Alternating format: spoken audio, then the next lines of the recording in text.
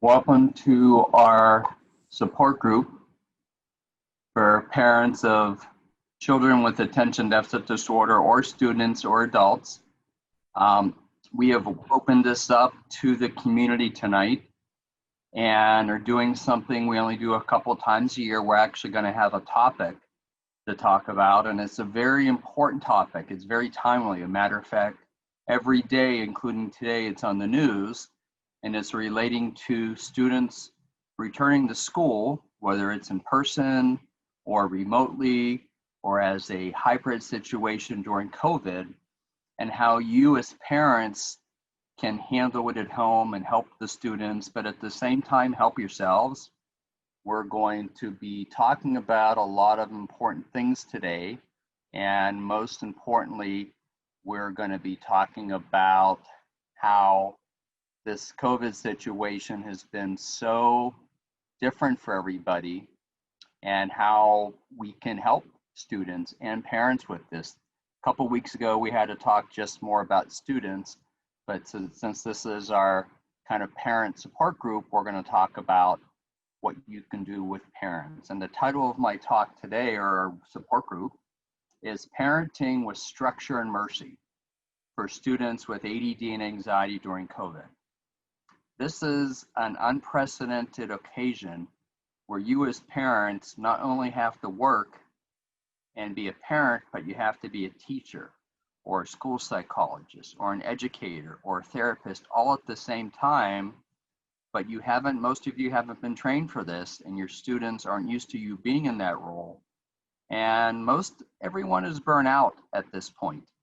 And there's a lot of anxiety about how things are going to happen in the school. Just today, Los Alamitos School District announced they were going to go back in person. So just a lot of changes. So we're going to talk all about that today. And I hope this is very helpful for you as parents.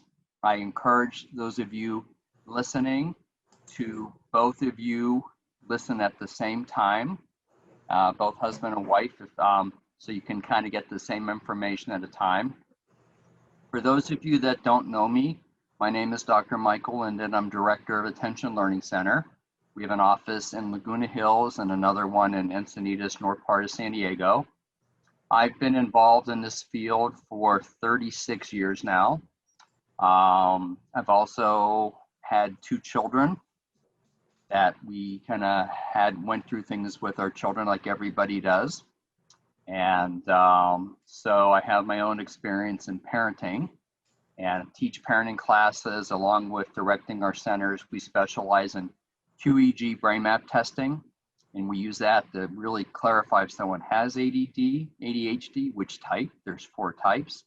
A lot of people with ADD have anxiety or depression, and with COVID, this is quadrupled in the last couple months. We'll talk about that. And there's a lot of other webinars on our website about ADD testing and Aspergers and autism and anxiety and depression.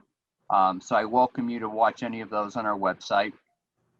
But one of the things I like to share at the beginning is why I'm doing this and why I'm still doing this 27 years later.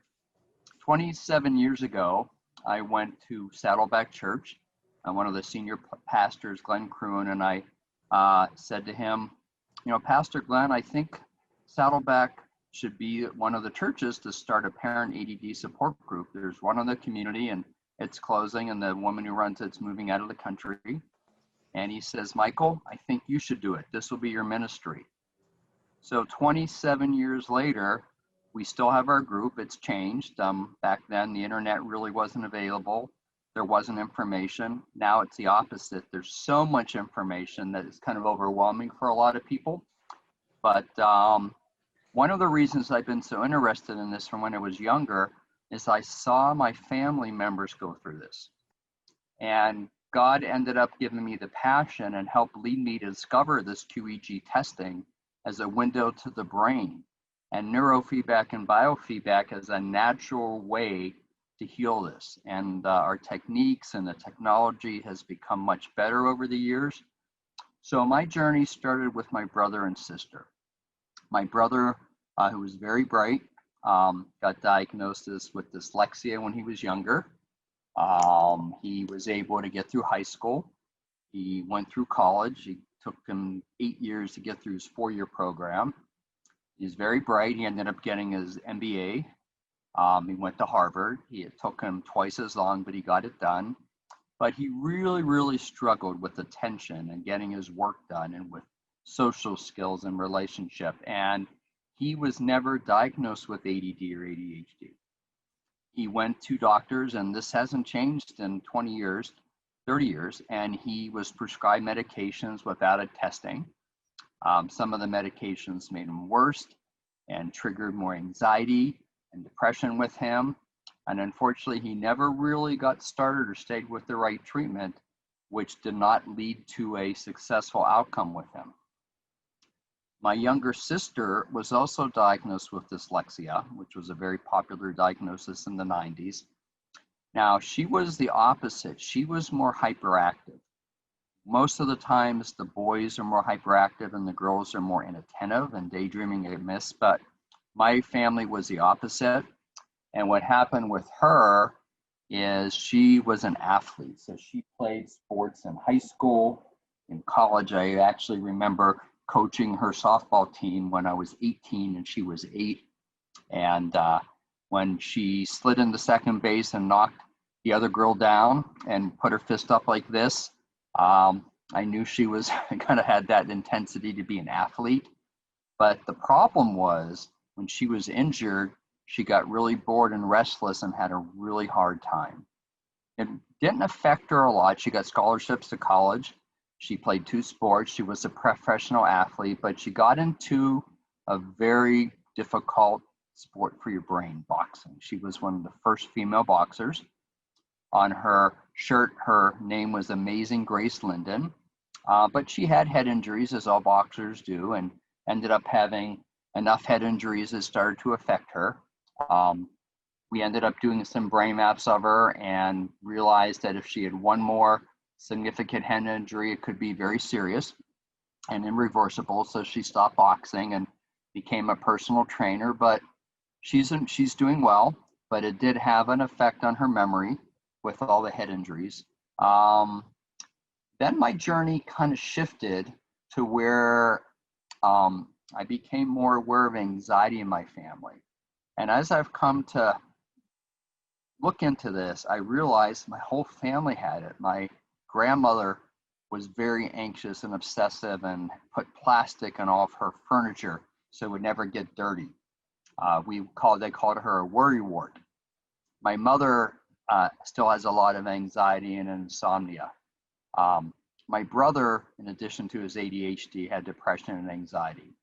My sister, in addition to her ADHD and concussions, has anxiety and depression. I have cousins, that's my next generation, that have anxiety and depression. So, of course, no one's immune to our genetics. It ended up affecting me, and I ended up having my own history with anxiety. I was very fortunate. I learned about relaxation and deep breathing and yoga when I was 13. One of my mom's friends taught a yoga class, and even though I had a hard time doing the stretching, I learned the deep breathing. I had to use it a lot through graduate school. I used it when I took the SAT, and I used it when I took my psychology boards. As a matter of fact, it helped me get better scores the second time.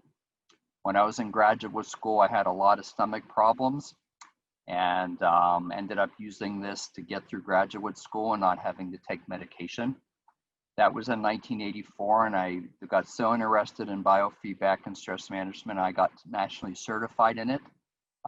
So that was a long time ago. And then when I got involved with Saddleback Church in the 1993, a couple years later, there was an anxiety and depression support group starting, and they asked me to help out, and I helped run it for about a year. I currently still use these techniques when I do public speaking. When my Zoom presentations get jammed up, I have to do it. When I'm in front of 1,000 people and my talks are getting translated in China and Israel and Europe, I've had to do this. I use it in sports when I play tennis, when I can't get my serve in, or I get distracted or frustrated. And I've used it during COVID, and I'm going to share some of the things that I've done, and I've been sharing those over the last couple months just to kind of get through it. And COVID's very hard because it's just a constantly changing situation, and there's information, not too much information, information overload, we call that. So one of the problems COVID has really kind of put under the magnifying glass is our health crisis in our country. What's happened is it's gotten worse, and you're hearing all about this in the elections now. So 1 out of 5 people were on psychiatric medications at the beginning of the year. This has increased by 75%. It's very common. There's so many people taking medicine for anxiety and depression and insomnia now, and becoming very depressed and hopeless. I'm going to help you with that today. 1 out of 10 students have ADD and ADHD, but going to school over the internet requires a lot of attention and discipline. It's much harder. 1 out of 36 people have autism or Aspergers. I talk many adults of this. I talk to probably 1 or 2 adults every week that were never diagnosed and are just realizing this now because of relationship difficulties. Anxiety has increased 50% because of COVID. 50%. I don't think any of us have not felt anxiety in the last couple months. Depression has increased 40%. It's a very challenging time. But here's the ironic part. Even though this has increased so much, it still remains very underdiagnosed. Even though we've had these techniques of QEEG and brain testing and computerized testing for 20 years, it is not required. It is not the standard of care if you go to a psychiatrist or an HMO. So it's really frustrating for me as a professional that have the technology and the tools and the knowledge available, and many people don't know about the things we're going to talk about today. But that's one of my purposes, is to educate people, as when I started this support group 27 years ago at Saddleback Church. By the way, our first group, we're in a small room that held 40 people, and we had 150 people show up just because they didn't have the information and needed support. So we're really unclear about all this information during COVID. And here's another aspect. Some places have closed down during COVID and they're not doing testing. School psychologists weren't doing testing over the summer. They're still not. So it's even harder to get a diagnosis. We've remained open because we're an essential practice and work with anxiety and seizures, and I've really been helping people get through COVID. So, but it's harder to get testing now than it used to be. So the other thing that's very kind of stressful now is the information changes every day. Like I said, today, they decided that Los Alamitos could open their schools. Tomorrow, next week, they could have to shut down. The recommendations as to what to do with your children, is it safe to send them to school? Should they wear a mask? What age are they safe at? Can children get COVID? It's a real dilemma. Teachers want students to come back because they need that individual support and they need that emotional connection. But yet, teachers have some anxiety that they might get COVID from their students, especially if their students don't follow social distancing and wear masks, which is, as you know, very hard for young children. So we really need some more help and solutions to this, and I hope I'm going to give you some information about that. So one of the difficulties with this current COVID situation, it's been this way for months, as I said, that information changes every day, and it's really overwhelming. I like to listen to news radio in the morning, and I had to stop doing that, or maybe listen for 5 or 10 minutes, because there's so much detail, and one person said, take this medicine, and one person says, take this, and this will prevent it, and do this and do that, and then they say no. So the school environment situation, like I kept saying, it's still unknown. We don't know how each school district's gonna do school. Are they gonna do it distance? Are they gonna go into in-person? Or is there a hybrid model? Students are having difficulties With the remote, because they get less instruction and supervision. I have a number of students last year in high school, as school was finishing up in the spring, and they weren't even required to do their homework assignments and take tests, and still were able to pass because the schools weren't set up for this. As a parent, you need to work. So a lot of parents have been laid off or furloughed during this epidemic. That puts a lot of stress on you. But if you have to work, what do you do if your kids are at home going to school? Someone has to supervise them. What about meals? A lot of families depend on the schools for their children to get breakfast and lunch. And if they can't go, that makes it difficult financially. As I said, as parents, now you're not just parents, you're teachers, therapists. You have to monitor your kids' medications if they're on medications, technology problems. I would think by the time all the kids are in school, students are in school in the next couple weeks, we're going to have probably 90% of our country on the internet at the same time. Things like Zoom and internet is constantly jammed up and freezing because the demand is so high.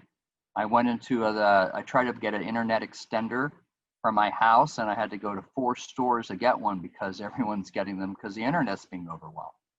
What about transportation? How are your students going to get to school if you can't drive them? Is it safe to go on a school bus? If the kids are older, can they take public transportation to school? Is it safe to take Uber or Lyft if older kids were taking those to school? Working at home is very hard for everybody. It's hard for parents. It's hard for parents because you're overwhelmed. Trying to work at home, trying to manage your kids at home, make sure they do their homework. For students, there's distractions. You have video games, you got TVs, you got your pets, you got your siblings. You don't have enough space. I mean, every student we'll talk about should have their own workspace, but that's pretty unrealistic unless you were set up for that before COVID. Physical activity is so important right now, but again, it's hard to do. Most high school sports have been canceled. PE classes aren't going to occur right away. The gyms are closed. So a lot of people are missing the opportunity to exercise, and we know that's not just important for stress, but even sunlight's important for vitamin D and COVID. Social connection with other students, going to school on the internet and seeing people's faces like I'm looking at you on Zoom is nice, but it's not the same. You can still connect with people, but it's very hard, especially for students and younger students to kind of look at eye contact and connect. Some high school students, I mean, if you're really good on your cell phones, you're good at that, but it's just not the same. Just not the same. So let's talk a little bit about, so a lot of times I get people that are new to this. What is ADD? ADD is a biological genetic disorder. It's inherited. Usually it's present in childhood and it shows up in elementary school, but some people are very bright and it doesn't show up until they're really challenged. Years ago, we identified there were 4 types of ADD. One that was inattentive and kind of distractible, one that was more hyperactive and impulsive, one that was more anxious, and one that was slower with depression. The important thing we found, this was in 1996, that each of these types responds differently. Each type would respond to one medicine or get worse, have a side effect with a different medicine.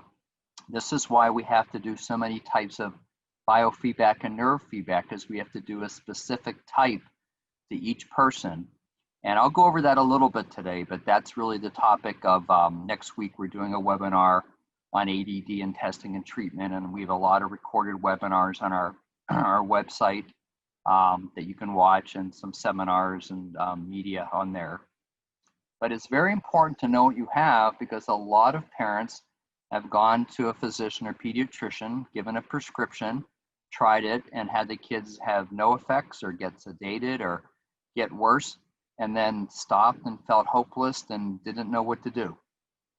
That's not one of the things I like to call ADD is I like to call ADD interest deficit disorder. What do I mean by interest deficit disorder? It shows up when you're bored. If you're in school and you're in class and you really like a subject like science and you're getting to build things, you might be really interested and do well. But then if you have to take a history class and it's just very dry, or you find the teacher isn't very interesting, or you're in the back of a big class in college and it's very hard to kind of track the teacher and it's hard and boring and tedious, you're going to have a hard time paying attention.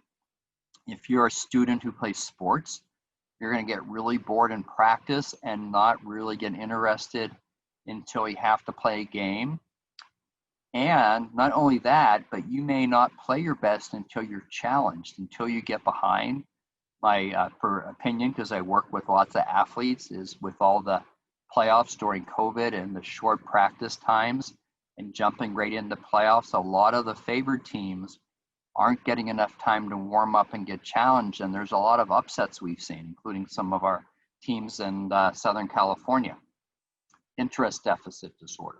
So when we look at the brain map, this is a brain map, we call it a QEG. This is the nose and the ears, and these scores on the left, this is slow activity, and the ones on the right means your brain's going too fast. I'm just going to show you one or two pictures today because I want to get on to more tips for parents. But usually with someone with ADD, we see their brain slow. But this is a student with ADD and anxiety whose brain was actually too fast, and they needed their brain calmed down, and they came to see me because they tried a stimulant and it made them worse and they didn't understand why. We see this 50% of our high school students and 85% of our adults with ADD have other things like anxiety and depression with it. So let's talk a little bit about anxiety. And when I talk about anxiety, what do I mean? Sometimes we call it worry or stress. Everyone can have this. Kids can have this. Adults can have it. Some people talk about it. Some people experience it physically. Years ago, it had increased 20% in children. 50% of adults last year had experienced anxiety. It's more common if you have ADD or Aspergers or autism or mood disorders. How does anxiety affect you? It affects your sleep. The incidence of insomnia and sleep problems is through the roof right now, and so is prescriptions for sleep. GI, stomach issues are common symptoms of anxiety. Stomach pain, cramps, irritable bowel syndrome, ulcers are symptoms of anxiety. Nauseas, cardiac symptoms. People have panic attacks and think they're having heart attacks. Breathing problems are symptoms of anxiety. So here's a difficulty right now. If you're wearing your mask all day, you could have these same symptoms just because you're tired, but you could think you have COVID. And there's a lot of people who have panicked because you have to take it seriously and really been having a tremendous anxiety.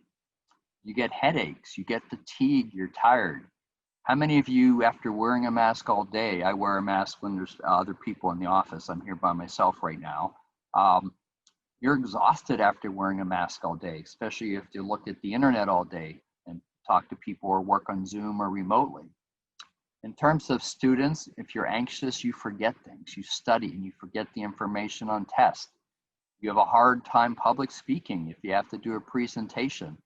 I even find it's harder to do these Zoom presentations because I block off the videos because we try to record these for people in the future and I can't see anyone. It's really kind of like talking to a computer. It makes it harder in sports. You get a lot of anxiety and choking. And again, you're seeing this in the hockey and basketball playoffs now. At the end of the games, a lot of people are missing shots and there's a lot of pressure. The difference is during COVID, the fans aren't in the crowd, so there's less distractions, but it's different type of pressure.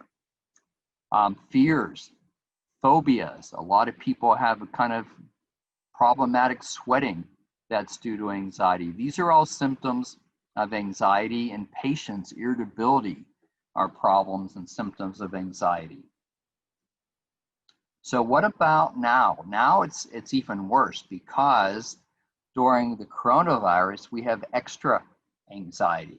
The extra anxiety is due to the situation and our exhaustion and having to internet on the internet and going out and being in a public area and see people not wearing their masks. Or the thing that I see a lot, and I'm sure you see it a lot, is you see people wearing their mask and they're wearing it like this, and I don't think people are doing it on purpose because it's hard to breathe in these after a while, but then they sneeze or they cough, and it's hard not to think, oh no, are they sick or so on and so forth. So, and we can't go out. We can't do the things we're used to doing. We can't go to restaurants. We can't go to the gym. And most kids can't go to school in person right now. So at our centers, over the years, we've developed a brain health system, and it involves being really accurate and really working with people individually to treat their symptoms. And we use technology and do things like neurofeedback, which is working on the brain waves, and biofeedback, which is stress management and relaxation skills. And we do different types of counseling and parenting skills. I'm going to talk about that later today. It's very important now because everyone's stuck at home and everyone's patience is less, and there's a lot of frustration. And think about it, because this is genetic, if you're listening to this for one of your students, there's a 50% chance one of you, mom or dad, has anxiety or ADHD, and then you're all cooped up at home and it's hot and it's just kind of at its peak right now. So we do these different kind of combinations, and direct neurofeedback is what we use for depression to activate the brain. But the most important thing is getting a test and getting a diagnosis so you can kind of get a plan. We call it an action plan. Let's talk about what the missing pieces are. The missing pieces are having a system that's individualized. Everyone's brain, everyone's family is different. Everyone responds to treatments different. So it's not one size that fits all. And we have to look and test to see how much anxiety is there. We have to do stress management and work on attention training and look at the brain. Most importantly, I tell people, it's kind of my bad joke, it's a no-brainer to test your brain. I'm still waiting. I've been saying this for 20 years, that part of the annual checkup should be a test of your brain functioning. And it's pretty amazing that so many physicians treat a part of the brain without being able to assess it, even with the technology we have now. So let's kind of talk about what are some of the options to treat this, because what I tell people is part of it is what you do as parents, and part of it is if there's something genetic or biological, we need to see if that can be improved at the same time. It's just going to make it so much easier for you, and your techniques are going to work, and you're going to be less frustrated, and your students are going to be less frustrated. So what we've been doing for 35 years in our centers is something called neurofeedback. And neurofeedback is a computerized way to condition the brain. For ADD, usually your brain goes slow, and neurofeedback activates the brain and helps you pay attention and focus and get things done quicker. If you have anxiety, neurofeedback calms the brain down and helps you be less anxious, helps you sleep, helps you not worry about things. Neurofeedback is not new. It was started in UCLA for epilepsy in the 70s by Dr. Sturman. I learned about it in college in the early 1980s, and we did the first controlled study in the world for ADD students with neurofeedback. And actually, I used participants from Saddleback Church in our first studies. And I wanted those of you to kind of keep an eye on our website and Saddleback Church. We're going to be announcing a new grant study program in the next month or two for a couple students. So there's been years and years of research with neurofeedback. The research has shown not only is it successful, but it has long-term results. They've studied it for up to 10 years. It has a higher success rate than medication. Now, if you do a brain map, and the testing we do is as high as 90%. It also has the highest benefit to harm ratio of any treatment, which means how many people get better versus have a side effect and worse. And side effects are not just bad, but they prevent a lot of people from taking the next step in their journey and getting help. So what is neurofeedback? Neurofeedback measures brain waves, and this is just from one location, and it shows everybody the speed of your brain. If your brain is going slow, this red bar called theta or delta is high. If your brain is going fast and you're nervous or stuck in things, this yellow bar is going high. And if you're very calm and not distracted and not worried, the green bar goes high, and then a animation or a game moves, and if it's a young child, they get a point or a beep, or a movie plays. And this is feedback on the brain. And actually what happens is people get their feedback and they condition and heal their brains on their own. And we do this in certain areas and regions over and over, and we get the brain conditioned to where we get lasting results. So this would be a student looking at this, and he's actually gonna have a display that moves. And if you watch and listen, you'll see this animation get bigger, and he gets a point and a beep every time he's calm and focused. And that's the feedback on his brain. He's not using his hands or his joystick at all. Or it might be a video that he can play, and the video gets louder and larger as he is able to be calm and pay attention. It would be something like this.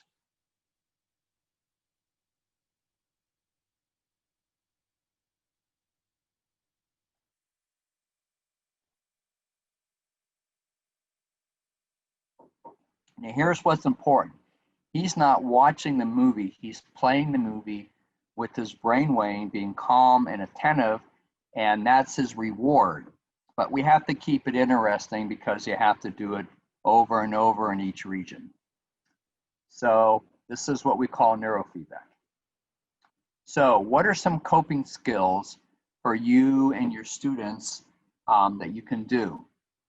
Well, one of the things to realize is there's a lot of unexpected situations, and you kind of want to expect that, expect the unexpected. There's a lot of financial impact right now because of work and rent, and your quarantine with family members like we talked about. Your physical activity is reduced. So here's some of the tips I recommend. Have a lot of structure and routine. Have your students wake up at the same time in the morning. Have them, the days they're not on remote learning, have them do homework at the same time every day. Try to have a consistent bedtime. Limit screen time on the TV and the computer and on the phone. I mean, too much of it actually overstimulates your brain anyway, but it's a big distraction. If you're on the internet trying to do your, listen to your teacher, it's very easy to click something and watch a YouTube movie if you get bored. Another thing that we know, and this is kind of empowering if you think about it, so many people have lost their motivation and hope right now. This is something that's really important that was discovered a long time ago, and the person who wrote kind of this first part was Viktor Frankl, who was in a concentration camp during World War II, and he survived, and this is one of the things in his book, Search for Meaning. The greatest discovery on earth is that a person can change their future simply by changing their attitude. It's one of the only things that no one else can take away from us. So think about that. That's very powerful. No matter what happens during COVID, if you have a positive attitude, it can't be taken away. Doesn't mean it's not frustrating, but that's one of the things that makes people successful and empowers students to do their best. Another saying that I've heard is called Yahoo, not like the internet, but you always have options. So even though some really terrible, stressful, difficult things happen, there's always options. There's always another day. There's always a different way to do it. And if you pray and you sleep about things and wake up the next day, a lot of times your option is better than your initial option is. So we also do a lot of biofeedback for anxiety. Biofeedback is more stress management, and we measure your breathing and your heart rate, and we measure your muscle tension. A lot of people get headaches.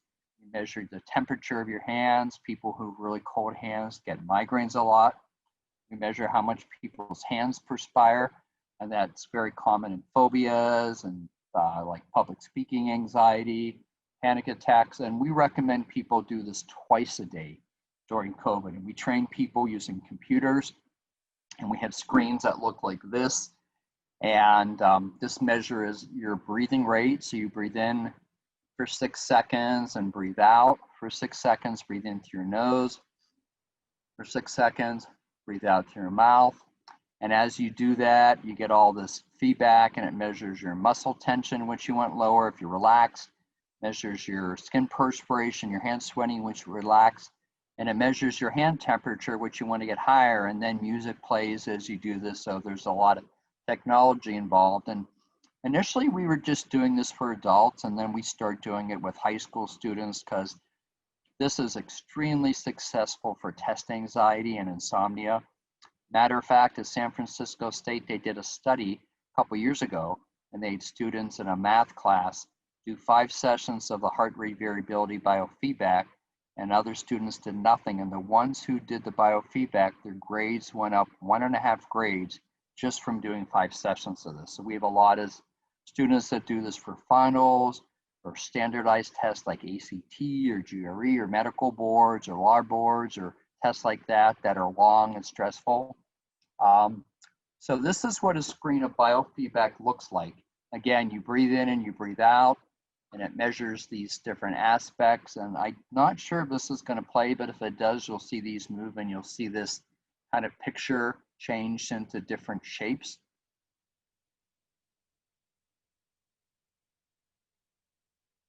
So that tone is happening as you breathe in and breathe out and you relax. And then this screen will change designs. That unfortunately the video isn't working real well on this. This is hard to get to work in Zoom. But you kind of breathe with that tone, and that tone is breathing in for 6 seconds and breathing out. So you breathe in with the tone, your nose, breathing out with the tone. And then you learn to do this with your eyes closed, and you do it with the computer program. So this is called biofeedback, and we do combinations of biofeedback and neurofeedback with that. So let me go back to that. I think I lost the video there. Okay. So what are some things you can do with your students to help with anxiety during COVID and going back to school? Stay in the present. Don't worry about the future. Can any of you control the future? I'd like to meet you if you could. We can try to plan for the future, but during COVID, it changes every day. So if you can't control the future, try not to worry about it. Just do what you can in the present, and that will change the future. Problems are unpredictable. Expect them. It really helps if you expect them. It doesn't prevent you from getting totally anxious, but it helps you be prepared. Limit the information on the media, the news, the radio. I mean, some of you get all these, I get all these text alerts that I have to turn off, all about COVID and this situation. And aerobic exercise is really important. Walking, now that it's nice and warm, exercising, running. You can do things inside. You can, watch videos and do aerobic exercise. Pray for the things that are out of our control and have hope. And if you think about it, almost everything is out of our control. Reassure students that they're safe. Some students are really getting concerned about COVID, or they have been concerned because they know that people can die. They know that, some of you know the news that kids are dying. And talk about your kids. Talk about what they might be worried about. Don't be afraid to talk about it. It's much better to talk about it than to not talk about it. I mean, a lot of students are really hungry for someone to talk to. And this is, I actually heard a talk yesterday that they said that the schools are really trying to get better about bringing this up. And on some of the school IDs, on the back of it, they have a psychology hotline that students can talk.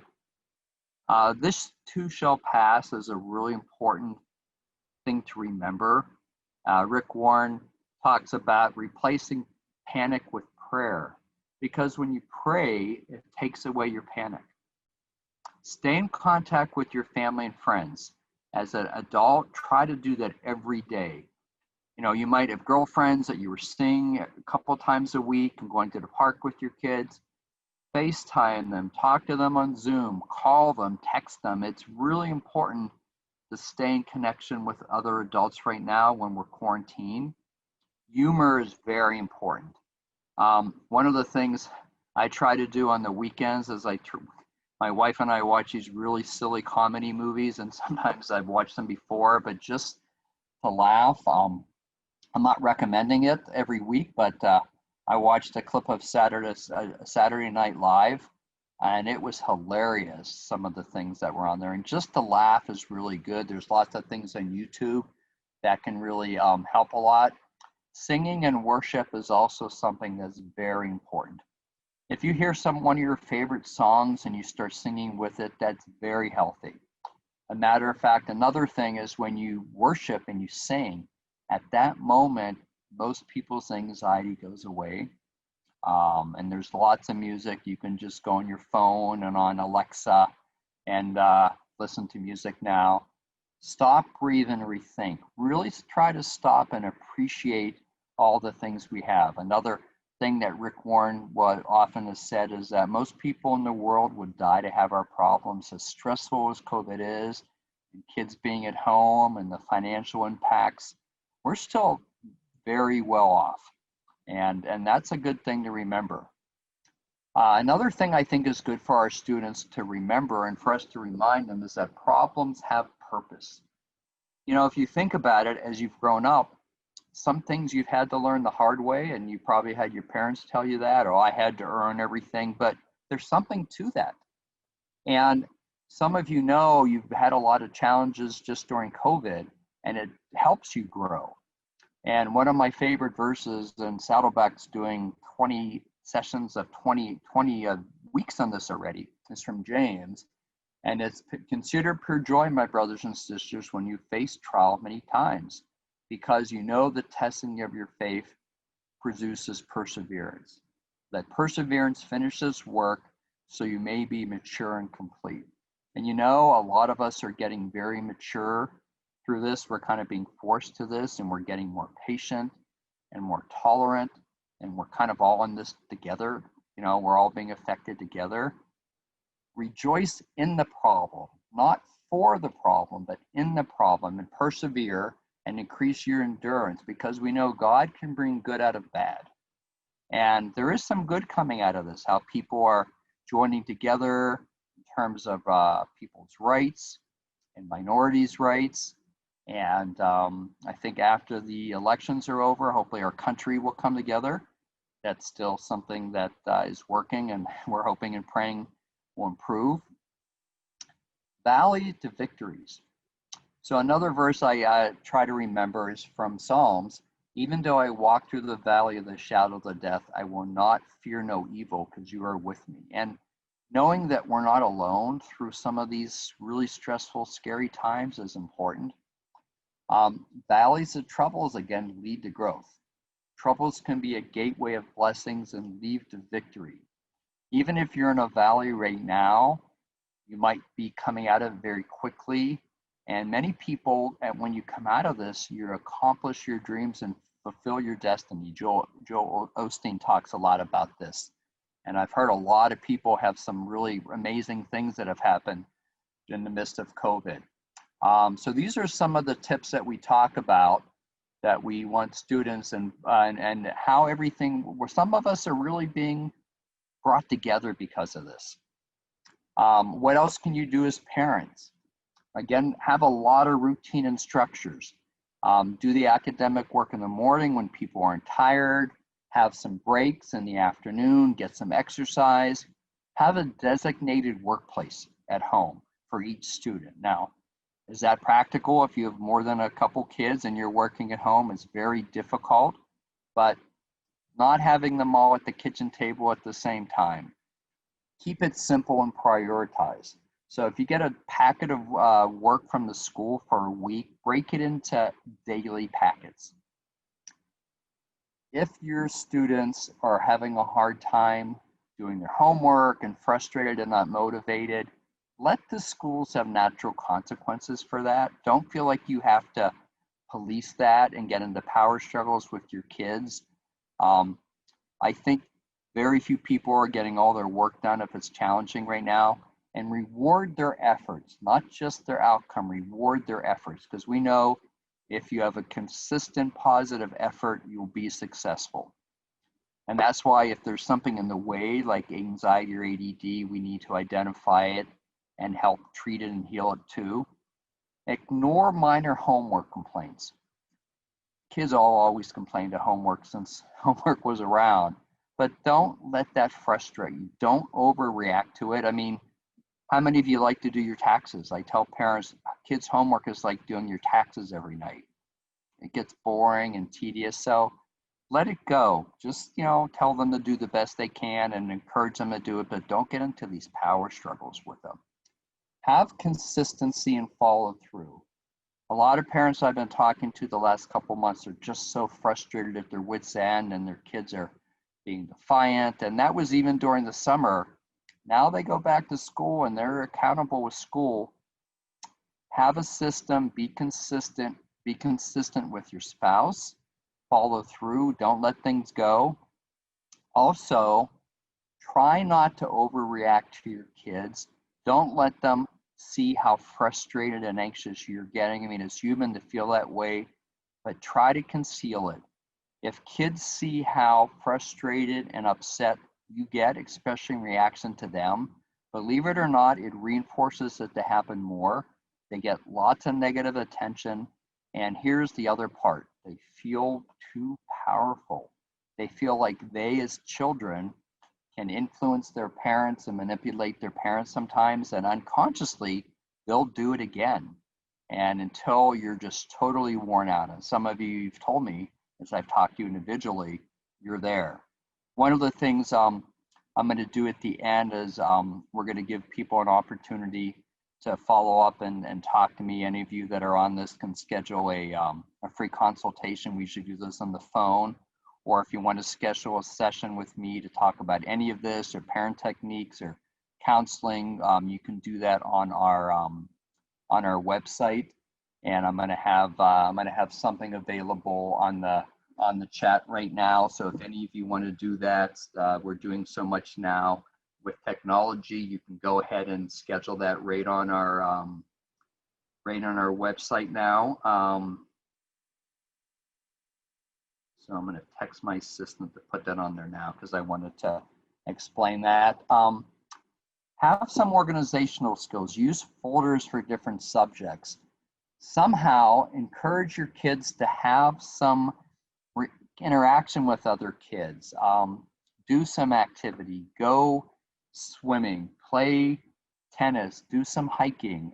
Go to the beach with their friends. I mean, within social distancing, of course. And not just give your kids a break. Give yourself a break. Go out with your friends, or if you can't go out with your friends, talk to them on Zoom. Go out for dinners with your husband or your wife, outside, of course, right now. And flexibility is so important right now. I think we're all being forced to be flexible because so much is out of our control. I mean, just try to call your bank or try to get through to a financial organization or try to get help with something on the phone and get connected to 2 or 3 people, and it's really hard for everybody. The other thing that I talked about this talk is having mercy. And what do I mean by mercy? Mercy or grace. Be patient with each other.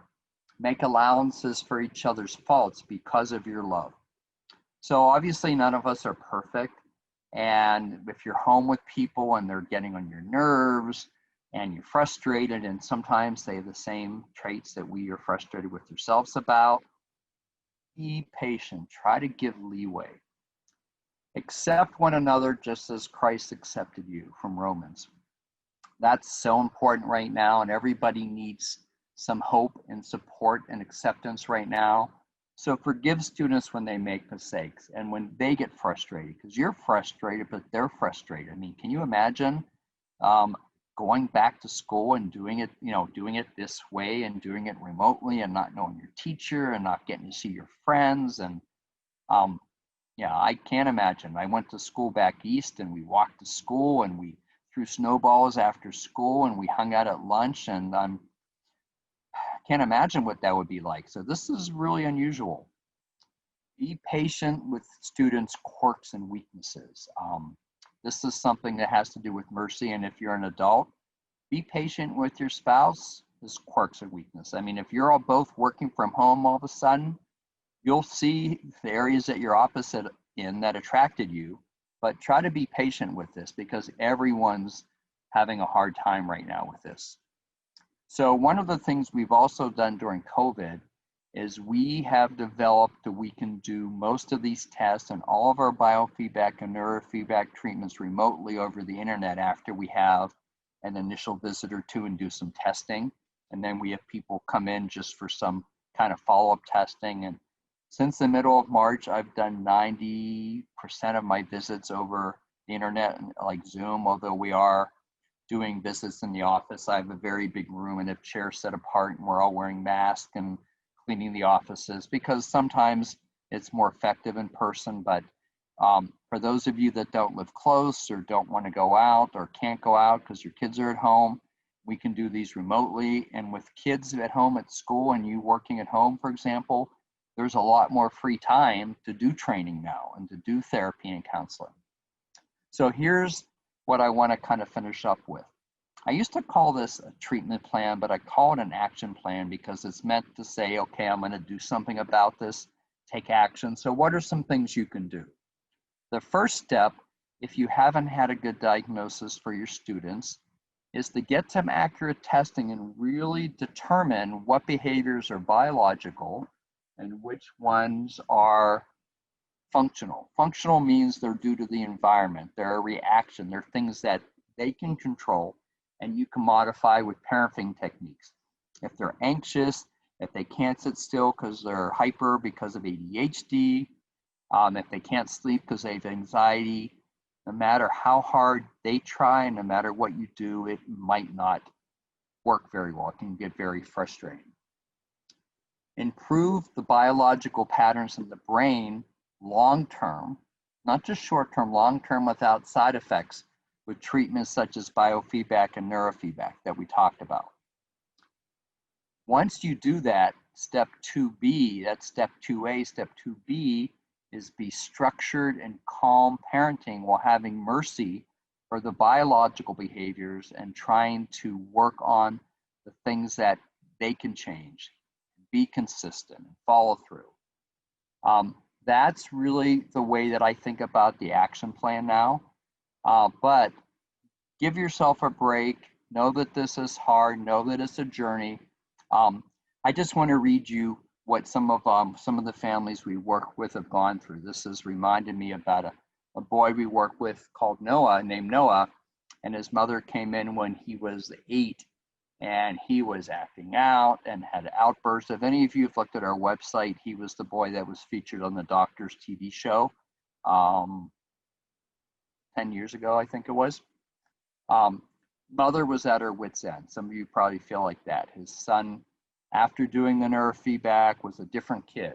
Same kind of personality, but a different attitude and behavior. One teacher who worked with them 3 years later couldn't believe the improvements after neurofeedback, and she told me we gave her life back, but we really gave the son his life back, and he just graduated high school and is very successful and is volunteering to help with younger kids. So I want to give you hope that there is success in the journey, and even though our journey is very stressful right now, that we can make it through, and we're growing and we're all in this together. And just have mercy, but remember to stay structured. Remember to forgive and have patience with the things that are biological and try to get them assessed and work on them, and work on the things you can have. And we are praying that COVID continues to get better and it doesn't relapse. and that we all can be safe and going back to school with our students.